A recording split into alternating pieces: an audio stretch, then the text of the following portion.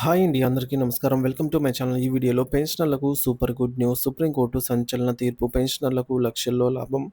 పూర్తి సమాచారాన్ని అయితే వీడియోలో తెలుసుకుందాము. వీడియోని ఎక్కడే గాని స్కిప్ చేయకుండా ఎండ్ వరకు చూసేటప్పుడే ఇన్ఫర్మేషన్ పూర్తిగా అర్థమవుతుంది.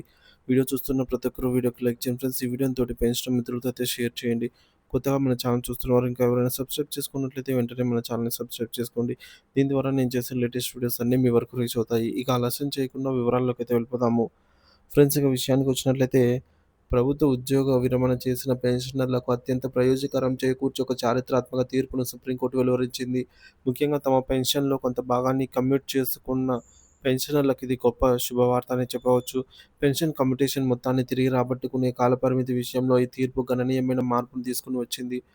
సో, ప్రభుత్వ ఉద్యోగులు పదవీ విరమణ సమయంలో తమకు రాబోయే నెలవారీ పెన్షన్‌లో కొంత శాతాన్ని ముందుగానే ఒకేసారి మొత్తం లంప్ సమ్ అమౌంట్‌గా తీసుకోవచ్చు. దీనినే పెన్షన్ కమ్యుటేషన్ అని అంటారు. ఇలా తీసుకున్న మొత్తాన్ని వారి నెలవారీ పెన్షన్ నుంచి కొంతకాలం పాటు వాయిదా రూపంలో అయితే ప్రభుత్వం తిరిగి రాబట్టుకుంటుంది. సో, ఈ రికవరీ పూర్తయిన తర్వాత వారికి పూర్తి నెలవారీ పెన్షన్ పునరుద్ధరించబడుతుంది. మరి ఇంతకుముందు ఈ కమ్యుటేషన్ పెన్షన్ మొత్తాన్ని రికవరీ చేయడానికి 15 సంవత్సరాలుగా 180 నెలలు కాలపరిమితి ఉండేది. సో, ఈ 15 ఏళ్ల కాలాన్ని అప్పటి అధిక వడ్డీ రేట్లైనటువంటి సుమారుగా 12% ఉన్నటువంటి ఆధారంగా లెక్కించారు.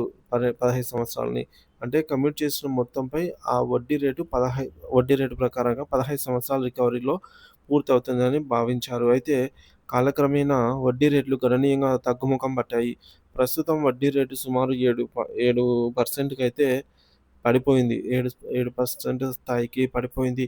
ఈ నేపథ్యంలో తగ్గిన వడ్డీ రేట్లు కూడా 15 ఏళ్ల పాటు రికవరీ కొనసాగించడం అంటే పెన్షనర్ నుంచి అసలు, కమిటెడ్ మొత్తం మరియు దానిపై చెల్లించాల్సిన దానికంటే ఎక్కువ వడ్డీని వసూలు చేసినట్లే అవుతుంది.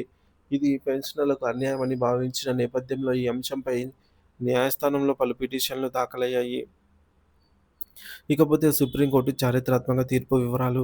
పైన పేర్కొన్న వాస్తవాలను, మారిన వడ్డీ రేట్లను పరిగణనలోకి తీసుకున్న సుప్రీంకోర్టు పెన్షన్ కమ్యుటేషన్ రికవరీ కాలపరిమితిని గణనీయంగా తగ్గిస్తూ కీలక తీర్పునిచ్చింది. కొత్త రికవరీ కాలపరిమితి. ఇకపై కమిటెడ్ పెన్షన్ రికవరీ కాలపరిమితిని 15 సంవత్సరాలుగా 180 నెలల నుంచి 10 సంవత్సరాల 8 నెలలకు అనగా 128 నెలలకు కుదించబడింది. పిటిషన్ వివరాలు. ఈ తీర్పు CWP civil writ petition number 2490/2024 and 822/2024 ఆధారపడి ఉంటుంది. తక్షణ ప్రయోజనం. దీని అర్థం పెన్షనర్ల నెలవారీ పెన్షన్ నుంచి రికవరీ అయ్యే మొత్తం 4 సంవత్సరాల 4 నెలల ముందుగానే ఆగిపోతుంది. పెన్షనర్లకు కలిగే భారీ ప్రయోజనం. ఈ తీర్పు పెన్షనర్లకు ఎంతో ఊరటనిస్తుంది. ఆర్థిక వెసులుబాటు. నెలవారీ పెన్షన్‌లో కోత దాదాపు 4.5 ఏళ్లు ముందుగానే ఆగిపోవటం వల్ల పెన్షనర్లకు నెల నెలా అందే మొత్తంలో పెరుగుదల అయితే ఉంటుంది. పూర్తి పెన్షన్ పునరుద్ధరణ. వారి పూర్తి పెన్షన్ చాలా ముందుగానే పునరుద్ధరించబడుతుంది. లక్షల్లో లాభం. ఈ 4 సంవత్సరాల 4 నెలల కాలంలో రికవరీ కింద చెల్లించాల్సిన మొత్తం వారికి ఆదా అవుతుంది. ఇది ఒక్కో పెన్షనర్‌కు వారి కమిటెడ్ మొత్తం ఆధారంగా అయితే లక్షల రూపాయలు ఆర్థిక ప్రయోజనాన్ని చేకూరుస్తుంది. తగ్గిపోయిన వడ్డీ రేట్లకు అనుగుణంగా పెన్షన్ కమ్యుటేషన్ రికవరీ కాలాన్ని సవరించాలి అన్న పెన్షనర్ల చిరకాల డిమాండ్‌కు సుప్రీంకోర్టు తీర్పుతో న్యాయం జరిగింది.